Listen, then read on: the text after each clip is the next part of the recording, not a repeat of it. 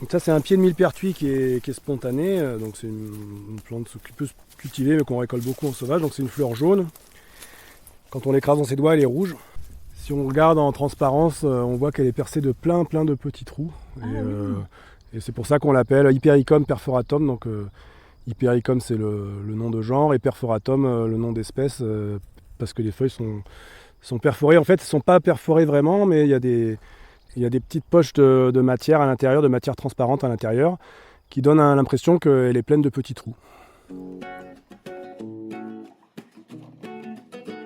Sont d'ici. Ouh là-bas. Moi, je suis d'ici. Ils sont d'ici. Sont d'ici. Tendez l'oreille et suivez-nous. Allons écouter les paysages et la vie de celles et ceux qui sont d'ici. Dans un grand bain sonore de sons d'ici capté au cœur du parc naturel régional des Baronnies provençales. La ferme d'Alex Ayest et de Sylvain Turina est perchée à plus de 1000 mètres d'altitude au-dessus du joli village d'Orpierre. Ici, c'est faucille à la main et panier à l'épaule que ces amoureux du vivant arpentent les raides coteaux pour récolter les plantes sauvages locales, les distiller et les transformer en hydrolats et huiles essentielles qui viendront composer leur savon.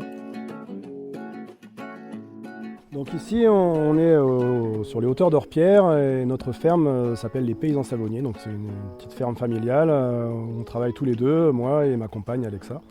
Ensemble on produit des cosmétiques naturels, notamment des savons. Et on récolte des plantes qu'on a autour de chez nous. Donc typiquement, les plantes qu'on utilise, c'est la lavande, le lavandin, le romarin, le pin sylvestre. C'est des plantes qu'on distille. Bientôt, on va aussi récolter du genévrier aussi. Et puis on a en plantes cultivées, on a aussi de la rose qu'on distille pour faire de l'eau de rose. Calendula, camomille matricaire, bleuet. Donc bleuet pareil, on fait de l'eau de bleuet qui est très bonne pour les yeux. Et puis calendula, bleuet, calendula, camomille, on les fait sécher, on fait des macérations dans l'huile. En sauvage, on récolte aussi du millepertuis, de l'aquilée millefeuille, du thym, du plantain. Voilà, des plantes vraiment très communes qu'on trouve facilement autour de chez nous, dans notre région. On fait partie de la marque Valeur Parc du Parc des Baronnies. Donc ça c'est... On est vraiment très heureux de faire partie du parc.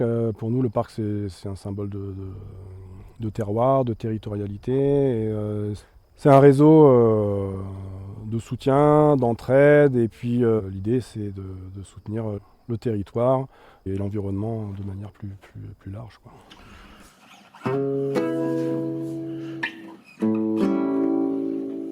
Pour fabriquer du savon, nous on part des plantes en fait, c'est pour ça qu'on s'est appelé comme ça les paysans savonniers, parce qu'à la fois on fait des savons et à la fois on prépare nos matières premières. Donc dans un premier temps on va récolter les plantes, et on a plusieurs façons, plusieurs objectifs. Soit on récolte des plantes pour les faire sécher, et ensuite ou les garder en tant que plantes sèches, ou les faire macérer dans l'huile pour faire des extraits dans l'huile. Ou alors on les distille dans un alambic, et on fait dans ce cas-là de l'huile essentielle et de l'hydrolat. Et ensuite, avec ces matières premières-là, donc huile, macération huileuse, huile essentielle et hydrolat, et plantes sèches, on peut faire des savons et notre gamme de produits cosmétiques. Et donc là, on va partir sur le terrain, ramasser les plantes dont vous avez besoin. Et là, ouais, on va aller voir, par exemple, c'est la bonne période pour les récolter du thym, par exemple, et du plantain aussi, donc on va aller voir un petit peu comment on récolte ces plantes.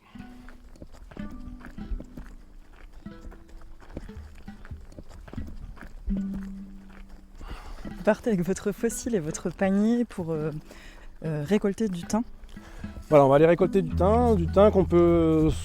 En général, le thym plutôt, soit on le garde en sec pour l'herboristerie, donc pour utiliser comme dans les herbes de Provence, pour parfumer, etc. Ou alors on peut le distiller, et dans ce cas-là, on obtient de l'huile essentielle, de l'hydrolat, donc qui peut nous servir pour des produits cosmétiques. Comment vous procédez pour récolter ce thym ? Alors le thym, c'est une plante qui est très fragile en fait, qui pousse un tout petit peu chaque année. Et il faut faire attention quand on la récolte à récolter vraiment les pousses vertes de l'année. Surtout pas aller couper les parties ligneuses, donc les parties de bois. Parce que si on va trop bas en récoltant, on peut tuer la plante. Et surtout en ce moment où la sécheresse est assez forte, il y a vraiment des parties de thym sauvage qui disparaissent un peu chaque année. Et vraiment l'objectif c'est de récolter une toute petite longueur de verre, mais là en ce moment sur des thym fragiles comme ça va être 2-3 cm. C'est pour ça que c'est une récolte qui est assez longue, qui demande pas mal de patience, parce que vraiment on peut en récolter un tout petit peu à chaque fois, et ça met du temps à remplir les paniers. Donc, pour l'herboristerie, on choisit plutôt de récolter le thym en fleurs. Le geste à la faucille, c'est vraiment un geste assez important, parce qu'on peut vraiment se couper très fort avec une faucille. Donc l'idée en fait, c'est vraiment de faire un geste un peu en cercle avec la faucille pour rassembler la partie de plante ronde à récolter et placer la main une fois que la faucille est en place pour s'assurer qu'on ne va pas se couper, qu'on met la main du bon côté. L'idée, c'est de couper en douceur et sans tirer, pour pas arracher la plante, pour faire une coupe bien nette et que la plante ensuite cicatrise bien, qu'on coupe exactement à l'endroit qu'on a choisi. Et là vraiment on voit bien, par exemple sur cette plante là, il y a une partie qui est vraiment ligneuse, donc qui fait du bois, et puis il y a une partie qui est verte, et ce qu'on essaie de récolter nous, c'est vraiment la partie verte, la pousse de l'année. Le thym, c'est aussi une plante, comme beaucoup de plantes, qu'on va éviter de récolter tous les ans au même endroit, pour laisser la plantation se régénérer et pas faire trop souffrir les plantes.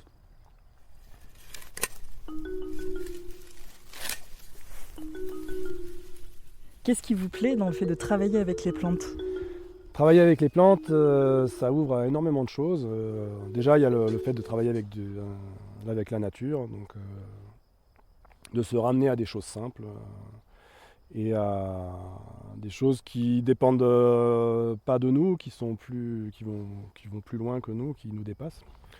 Et en même temps, c'est un domaine qui est relativement sans limite, parce qu'il y a sans arrêt des choses à découvrir. Déjà, rien que si on veut regarder dans un petit coin comme ça, de quelques mètres carrés, on peut passer 2 heures à essayer d'identifier toutes les plantes qu'il y a, et il y en a encore qu'on va trouver qu'on ne connaît pas, même si on est déjà depuis un certain temps dans le domaine.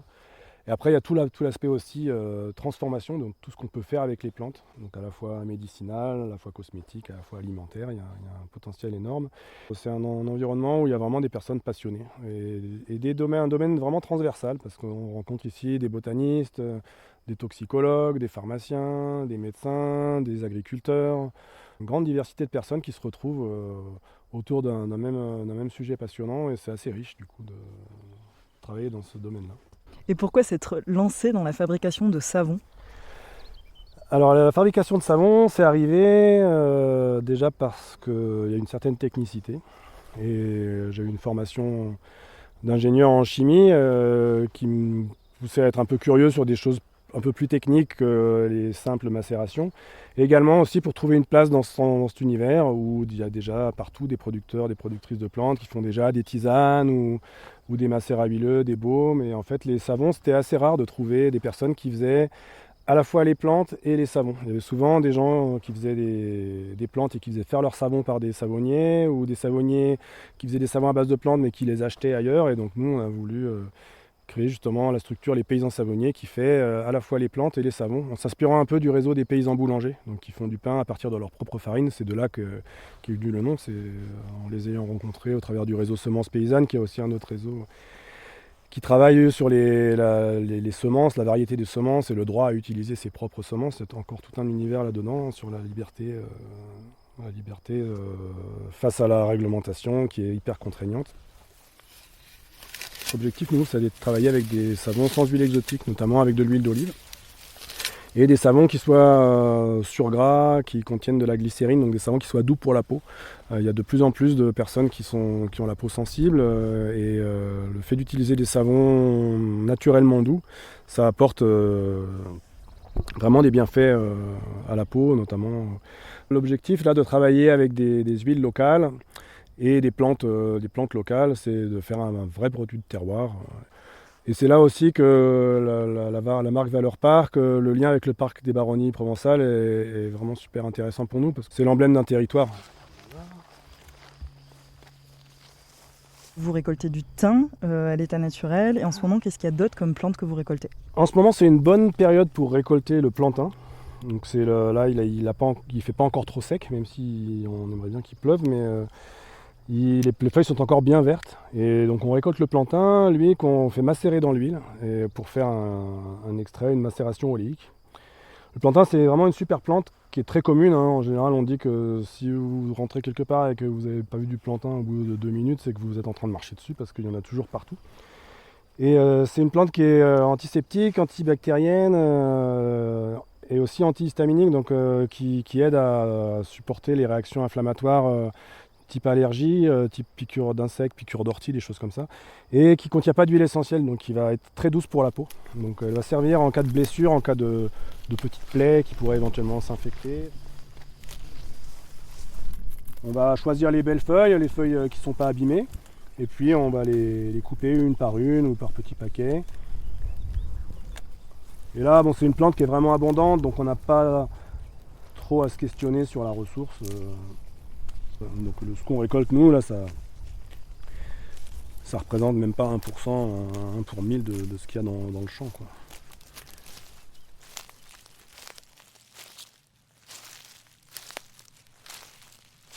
Donc ici, on arrive sur la partie cultivée de votre ferme. Voilà, oui, on peut aller voir les roses. Il se pourrait qu'elles se mettent déjà doucement à fleurir. Ce qui est un petit peu tôt, au moins 15 jours d'avance là. Si elles sont en avance, il faut qu'on le sache un peu pour se préparer, pour les faire sécher dans de bonnes conditions et les distiller dans de bonnes conditions. Oh là là, c'est beau quand on arrive là. On est orienté plein sud et si on redescend directement tout droit de chez nous, on arrive au village en fait. Il faut à peu près 1 heure pour rentrer au village à pied. Et ce qu'on voit ici, c'est l'arrière du Quiquillon, donc, qui est le sommet un peu emblématique d'Orpierre, là, une grande falaise au-dessus du village. Dans cet endroit-là, il y a de l'eau. C'est ça qui est assez extraordinaire, c'est qu'on est dans un endroit en hauteur, on est à 1060 mètres, mais assez isolé, et pourtant il y a de l'eau. À quelques mètres, il y a une petite source qui coule, là, qui fait une deuxième option pour avoir de l'eau si jamais on est un petit peu en manque d'eau. Parce que c'est vrai qu'en ce moment, le climat là, de ces dernières années il évolue de manière un peu inquiétante et les niveaux d'eau sont assez limites, quoi. On va faire un petit tour rapide là, pour voir où ça en est, les boutons. Est-ce qu'il y a déjà des roses à récolter? J'ai pas l'impression. Il faut faire attention ici par contre, voilà, là où il y a des piquets blancs, là, c'est qu'il y a des robinets.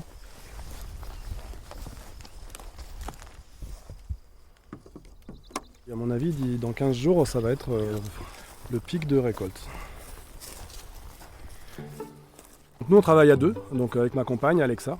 Tous les deux, on fonctionne assez bien ensemble sur les cueillettes, sur le jardin. C'est Alexa par exemple qui fait les semis, c'est Alexa qui fait les savons. Moi, je fais plutôt les grosses macérations de macérat huileux, la distillation.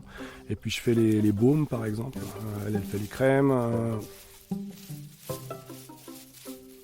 Alors maintenant que nous avons récolté le thym, le plantain, qu'est-ce qui va se passer?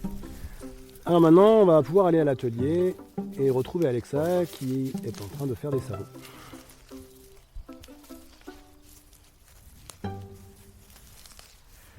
Ça sent bon quand on rentre dans votre atelier.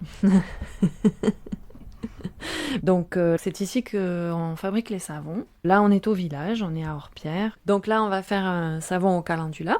Bon, je mets mes gants, j'attrape tout le matériel pour commencer donc la fabrication d'un lot de savon. Donc d'abord je vais commencer par faire la lessive de soude. Alors c'est des granules que je pèse et ensuite je vais les mettre dans ma gamelle où j'aurai versé notre hydrolat. Voilà, je remue bien. Et donc là, je vais laisser poser parce qu'il va y avoir une montée en température assez importante. Ça va aller bien jusqu'à 90 degrés, quoi.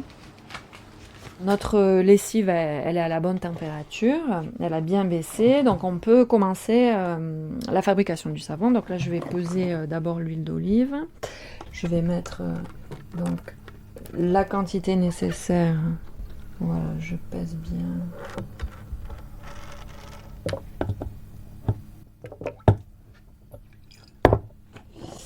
Voilà, donc là j'ai mon huile. Donc je vais amener ma gamelle. Et donc je verse la soude à l'intérieur. Et puis là, donc, je vais attraper mon mixeur. Donc là, ça va être maintenant l'action mécanique de mixer qui va aider à ce que la saponification s'amorce. Donc c'est une réaction chimique qui va faire que la soude va complètement changer la composition chimique de l'huile et ça va casser les molécules, quoi. Il va y avoir l'apparition du savon, la glycérine, voilà, qui va se retrouver. La saponification a démarré parce que la texture vient de se modifier, ça fait comme une mayonnaise en fait qui prend. Et donc maintenant la pâte est prête, vous la mettez dans le moule. Oui, on attend en général 2 jours, on démoule et on le découpe quand même quand c'est relativement encore malléable. Et elles vont au séchoir après et là on les laisse tranquilles ensuite pendant 4 mois. Voilà. Moi, ça me touche vachement quand il y a des gens qui nous font le retour « Oh, purée, votre savon, vraiment, il est super !» Il y a des personnes qui ont l'impression que ça les soigne. C'est juste qu'ils ont arrêté d'agresser leur peau, en fait. Ils prennent un produit qui est doux et ça, déjà, c'est une belle mission. Du doux. Merci aux paysans savonniers, Sylvain Turina et Alexa Yest. Ce podcast est réalisé par Alice Roy, Ondes Sonores, produit par le Parc naturel régional des Baronnies provençales, avec le soutien des régions Auvergne-Rhône-Alpes, Sud-Provence-Alpes-Côte d'Azur et des départements de la Drôme et des Hautes-Alpes.